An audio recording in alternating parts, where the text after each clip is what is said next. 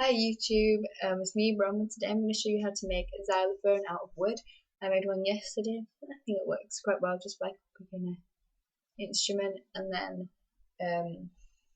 I'm going to try making one out of glass. In 2 weeks time I'm just collecting up bottles, so I'll do a tutorial on that when I've made it. I think that'll make a bit of a nicer sound. This will just like start me off. If you want to know the reason I'm making it, I watched a YouTube video and I play the piano, and this YouTube video that I watched was a piano cover, and they had a xylophone doing like a bass line for it, and I quite like the sound of that, so thought I'd give it a go.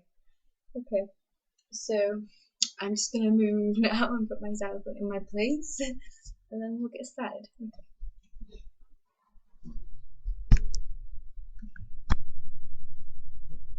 So here is the xylophone.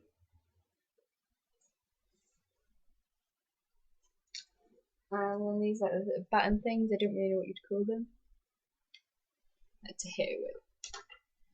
Okay, so the first thing which you need to do, if I take these first two keys up, you have two thin pieces of wood here, which you can see. You need to cut a piece of wood. They can be the same size as this, they can be from the same bit of wood as this, it doesn't matter. I just had thinner wood lying around. So each one needs to be 2 foot long, and then just lay them on the floor for now. Okay, the next thing that you need to do is chop up your keys. Now these all really need to be made up of the same wood, but if you've got like 2 or 3 pieces which you're going to have to use to make up all the keys, it's alright as long as it's the same wood. Just pull that off. Here we go. So the first one that I did, this is my biggest, and it was 18 inches, and then what I did was I took off 1.5 inches each time. So like this one would have been 16.5, and then it just keeps going down like that. So, and then you sand them. Be careful of the ends here, especially because they're quite sharp, and like that's where you're going to be sitting to play them. Like when you're sitting to play the xylophone, you're going to sit in front of you. You don't want these keys jabbing you. Okay. The next thing that you do is you mark where you want the holes to go on them. So just there. You have 2 on each key. What you have to do is you just have to make sure it has to be roughly in the middle of your key, like width, what is like along this way, and you have to make sure lengthwise that it's in the same place as the base. So at this point you have to sort of like lay them down along the bases, get these the right width apart, and just make sure that your holes aren't going off the edge of these, so that you don't want your holes was going to be hanging right over here. Okay, so on this bit of wood you wouldn't want your hole right down here, you'd want it right up here on the base. Once you've done that, you have to mark out those holes on the base piece as well and drill the holes there. I suggest you do it with an electric drill, otherwise you're going to be around for a very long time. Okay, so the next thing that you do with the base parts where you've drilled your holes, you just put a nail in each hole. You just lay it so that the nails are pointing upwards. I'll just zoom in on the nail. Yes, they're pointing upwards like that, sharp side up. And then you very carefully have to pick these bases up, and you have to put them on like a bigger base sort of thing. So it's a flat piece of wood, and you put them on there, and then you have to screw the bases to this piece. I just put 1 screw in each end, like one there and one all the way down here, to secure it on each piece of wood. And then you take your keys and you just fit them onto the nails. The nails should be quite loose, because if you nail it down and it hasn't got any room to jiggle about like this, it would make the sound. It has to be able to jiggle like that, so you don't get nails that like really tighten the hole.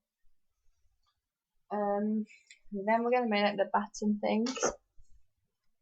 Now I just happen to have like these little stick things hanging around in the shed. I know not everybody's got that. I'm sure you could pick them up cheap, but another option, I suppose, you could just use like twigs, anything something thin and wooden, something that's not going to break easily. And then for this bit here, I got, you know, when you're playing badminton, you use shuttlecocks. I got 2 of those, and we took the little corky rubber bit off the end, and we just poked a little hole in that with a screw, and then pushed this in and super glued it there. You can really use anything rubber or cork, so like cork out of a wine bottle, just a rubber even. You want it a kind of roundish shape, because if it's like the shape of a cat or something with loads of little dents everywhere, it's not going to give you the right sound. You don't have to, it's optional, but I covered mine with felt because I thought it looked nice. It's just sticky back felt, and I've just bolted it over the top of it. Now, this is quite quiet because it's wooden. It doesn't have like a tingly sound, but I'm gonna just play back down again just to show you there is a difference in the notes. You can't hear it so much when you get to this end. You hear the wood banging about a lot, like this bass bit. I'll give it a go. It's gonna be quite quiet, I think. But what you can do eventually, if you really get into playing this, you can just stick a microphone by it to record other videos. So here we go.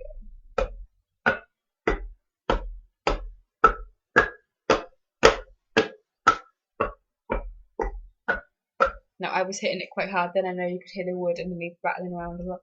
I was just trying to make it heard for you lot. I'll do it gently. I'm going to do it with this end. This works for quieter.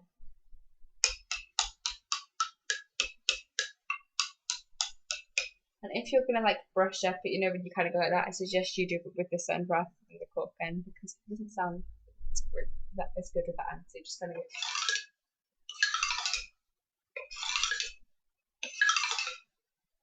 Okay, so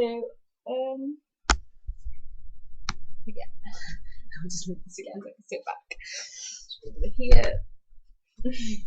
I hope that helped you. I'd love to see all of your xylophones if you put them in a video response, or you just send me pictures, whatever, you know, I don't mind.